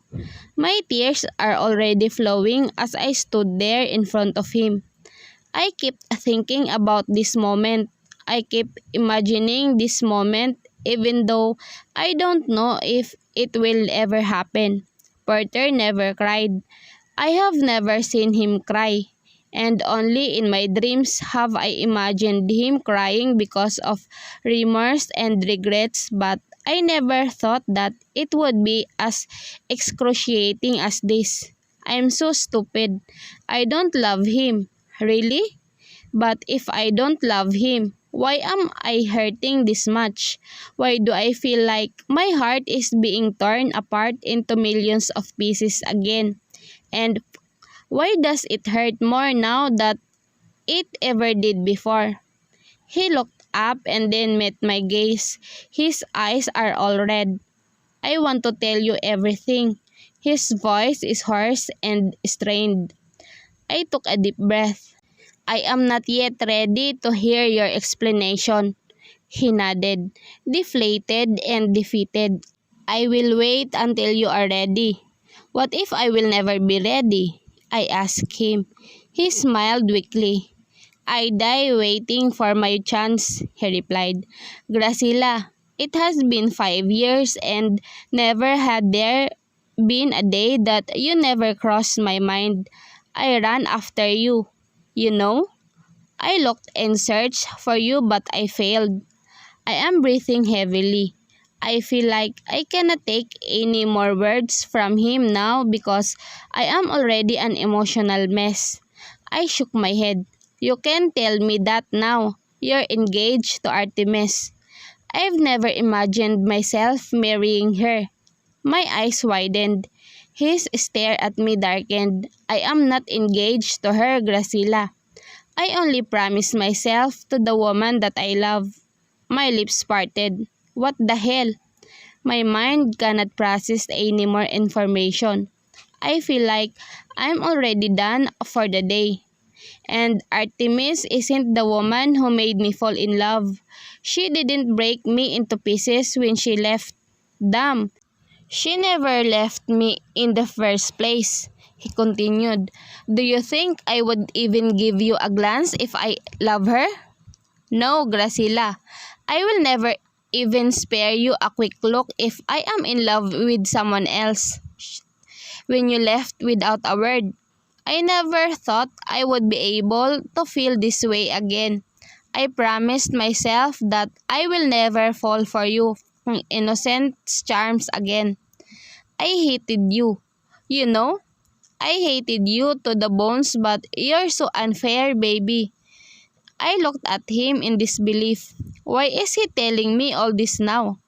I don't need to hear all of this now. You show up to an event looking all so sexy and innocent at the same time, and here I am, so fucking smitten and whipped once again. He laughed hysterically. I'm pathetic, right? I am so pathetic because even when you left me, even after all the things that happened, I still can't make myself unlove you. You're still the only one. You're still the only woman for me. My breathing hitched. Stop it. He shook his head. I won't stop now. Stopping was my biggest regret before. I shouldn't have stopped looking for you. I should not have stopped doing everything I can just to reach you. I looked away and then it all dawned on me that we're in the middle of the damn sidewalk. Some people are already giving us weird looks. Porter took a step closer to me and cupped my cheeks with his huge palms. And just like that, I felt like all of my system were about to shut down. "I won't let you slip through my fingers this time, Graciela," he said with a voice filled and dripping with determination and authority. I narrowed my eyes at him. "We're done," I replied, "because we are done. And even if it still hurt big time, I can't risk myself again.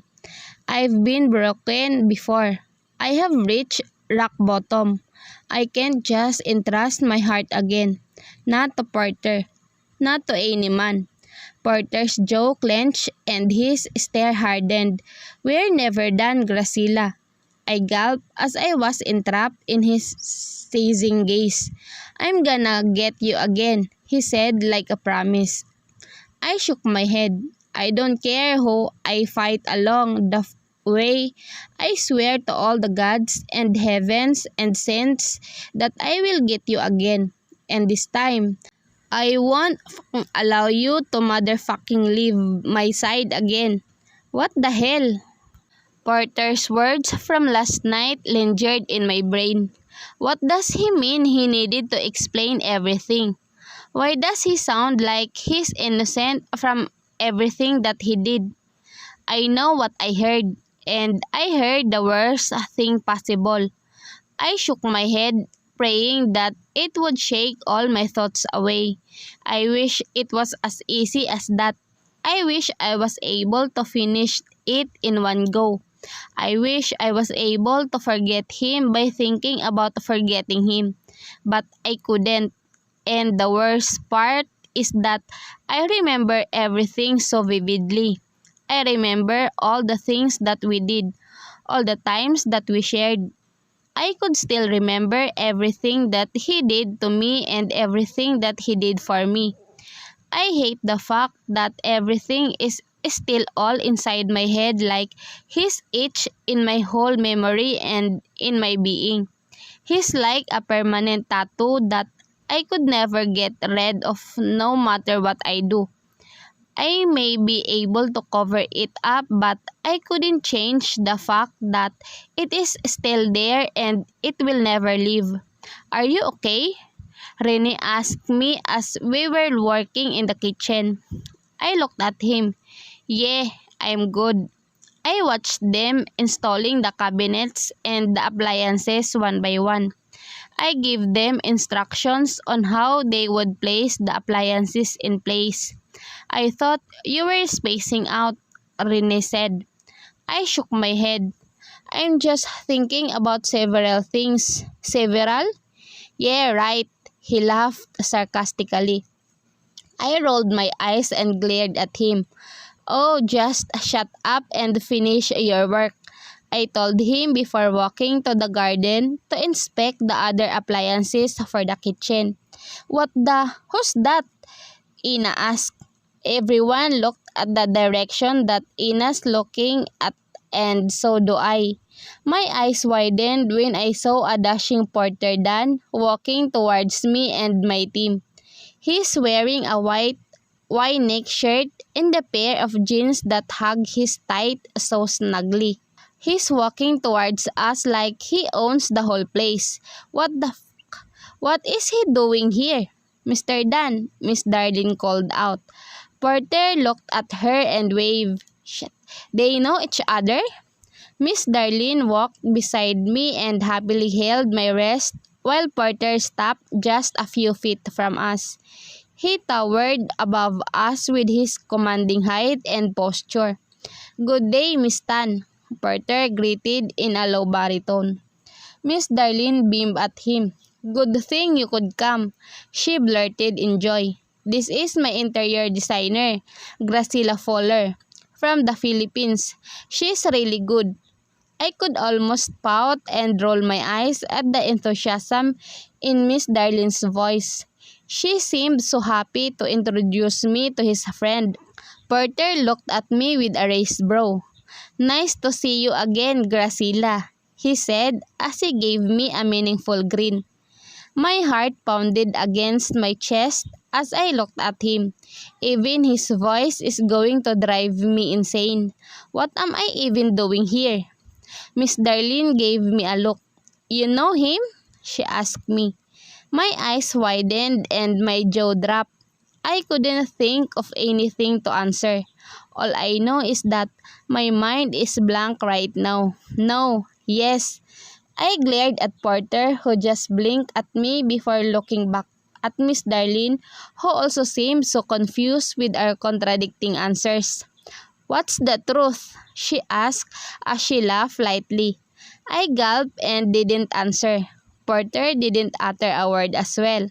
Miss Darlene laughed more before shaking her head and walking back to the reclining chair under a big tree. I sighed and turned to Porter, whose eyes are already on me. He crossed his arms and his head to the side. "What are you doing here?" I hissed. He shrugged. "Darlene Tan invited me when I asked her who her interior designer is," he replied. I narrowed my eyes at him. "Why would you ask for her designer anyway?" I mumbled before going back to what I was doing because this punk came. "I am building a mansion in Chicago. I just thought that maybe Miss Tan's designer would offer me her services too. I heard the designer has already a lot of successful projects under her plate." I stopped reading the inventory and gripped on the logbook tightly. I tried to calm myself because I feel like my blood is already boiling. "I didn't think it was you, though," he added. I gave him a sharp look. "Look, Porter, I don't have time for your games." He raised his brow. "I am not playing games, Graciela. If you think you can have me now, then you're wrong," I told him. "We're already done, 5 years ago." Porter just smirked at me, totally unaffected by what I just said. "It's okay, baby. I can deal with starting over again." My jaw dropped at what he just said. What the is happening? Why is he speaking like this? I don't get it. "I don't want to start over again." "I will make you want it." "You can't." Porter laughed lowly. "Don't worry. I am up for the challenge." I narrowed my eyes at him. Where is he getting all this determination? Where is he getting his self-confidence? Because he sure does have a lot. He smiled at me. "You're not going to escape me this time, Graciela." "I'll make sure of that," he said, like a promise he is willing to keep.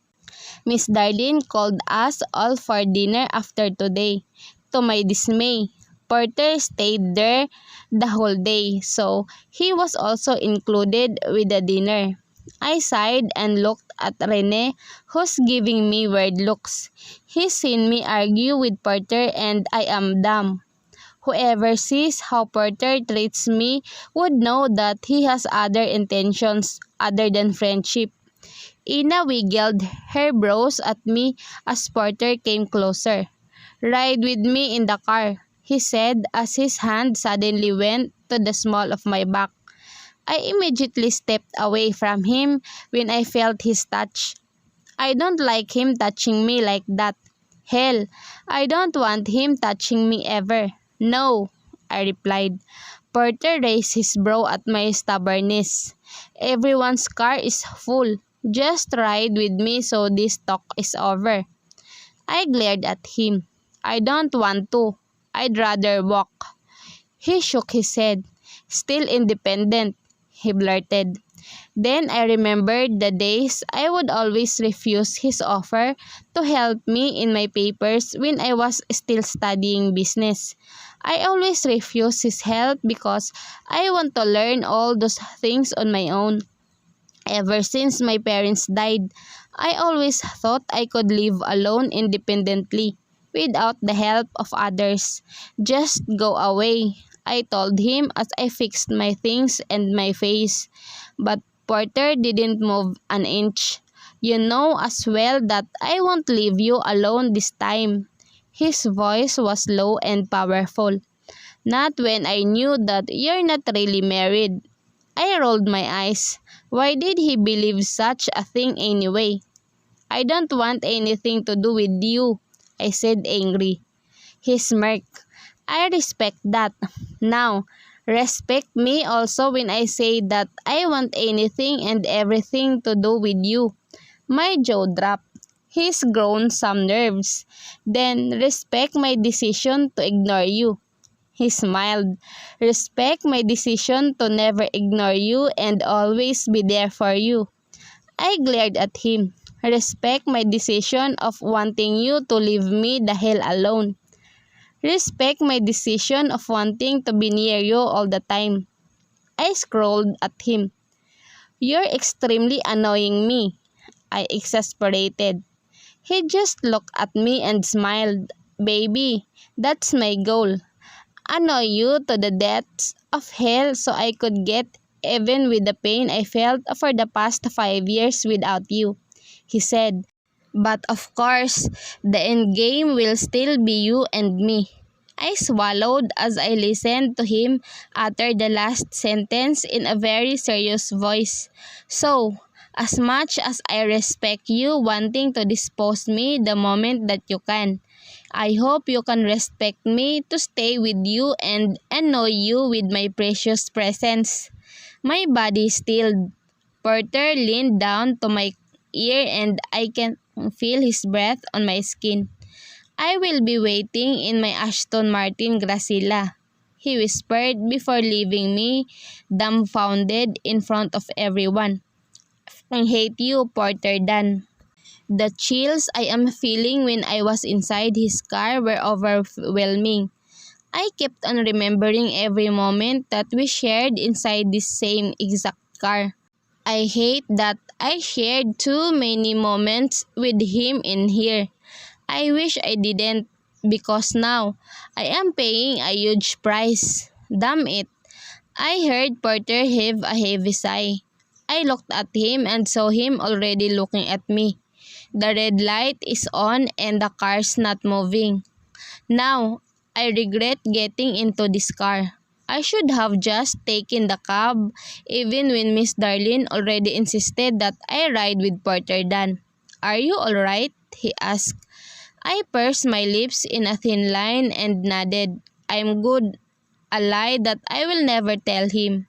My heart is pounding against my chest with every look that he gives me. My mind goes crazy whenever I feel his presence around. I'm a mess. Always been a mess when it comes to him. We're almost there. That's good, I said as I looked away and just busied my eyes with the lights on the streets. I wish this night was over. I suddenly miss my son. I wish I just stayed at home all day. But then, I am doing all this for him and his future because I don't want him to know the cruelty of life. I don't want him to experience how hard it is to live alone. Porter didn't speak during the ride, which was to my advantage. I don't want him talking to me like nothing happened. I don't want him to talk to me like he didn't trick me before. He pulled over the Chinese restaurant that Miss Darlene mentioned. I could see some members of my team going inside the restaurant, so I hurried to remove my seatbelt and open the door when Porter caught my wrist. I looked at him and saw him staring at me with hopeful eyes. Let go of me, I told him in a stern voice. He clenched his jaw but didn't do what I want. Porter, what the I asked, getting frustrated that he's gripping on my wrist like he has no intentions to let it go. I could see him Adam Apple's move as he swallowed. Don't stare at other men like that. I narrowed my eyes at him. What? I asked in disbelief. You heard me. His baritone is sounding so authoritative. Don't look at other guys, baby. Don't call me that. Now, I am mad and had the strength to yank my hand away from his touch. Don't you dare call me that ever again, he sighed, looking exhausted. Baby, I said don't. I gritted my teeth. I hate the feeling that gets to me whenever he calls me that, so I don't want to hear that from him ever again. He slightly gasped and his eyes widened. Stop telling me what to do. From what I remember, we're not dating or anything. I can look and stare at men if I want. I can even go on dates. My eyes widened as my litany was interrupted when he pulled me close and claimed my lips. His hand caressed my cheek as he broke the kiss even before I could even realize what was happening. I thought it was going to be it, and I was already ready to shout at him when he pulled me close once again and owned my lips like it's his own territory. He kissed me hungrily like he waited to do this for so long. He kissed powerfully like he wanted me to forget everything that happened. His tongue delved into my small cavern and glided with mine while he kissed me tenderly. He tipped my head to the side so he could kiss me in every angle possible. Suddenly, everything that we used to share came crashing into my thoughts. Our make-out sessions in this car, our moments in our place, his body on mine, him buried deep into me, his kisses all over my body, his touch that made me stay up late every single night. Damn it! I pushed him and covered my lips with the back of my palm. He stared at me with questioning eyes and parted lips. Tears pulled around my eyes as I looked at him with regret. This shouldn't have happened. He never should have kissed me. He never should have made me feel like this again. It's like he's waking up every demon that I had to hide inside me. I hid them for so long that I thought they already died, but here they are again, showing up because their master has shown them hope once more. Gracila, he called but shook my head. This is wrong. I shook my head. You shouldn't have kissed me. He narrowed his eyes at me. What? He asked in a whisper. I covered my face with my palms before facing him again. This is a mistake, I said. You shouldn't have kissed me. This is wrong. I was already panicking, and to see Porter just stare back at me like he didn't do anything wrong is fucking with my sanity. This is wrong. I am fucking stupid. I grabbed my bag and walked out of the car. I don't care about this dinner anymore. I just want to run away because I hate the way that I'm feeling now. How could I kiss him back? That's so stupid of me. Why am I not fucking thinking? Gracila, I heard Porter call me. God, not again. I looked at him and saw him looking at me with dark eyes. Why are you running away? He asked. Because you won't. I yelled back at him. What? He asked, sounding so confused. Tears are already falling down my cheeks because of the anger and frustration that I am feeling now. I hate him so much, but I hate myself more. Because how can I feel the same way for him even after everything that he did to me? Everything that he did to my family. I hate you. I don't want you near me. Is that hard to understand? I screamed. I don't want you here. I want you gone. Porter looked at me with pain very evident in his eyes. Baby, please. I wipe my tears and blame myself for this outburst. Why do I always cry when I'm angry?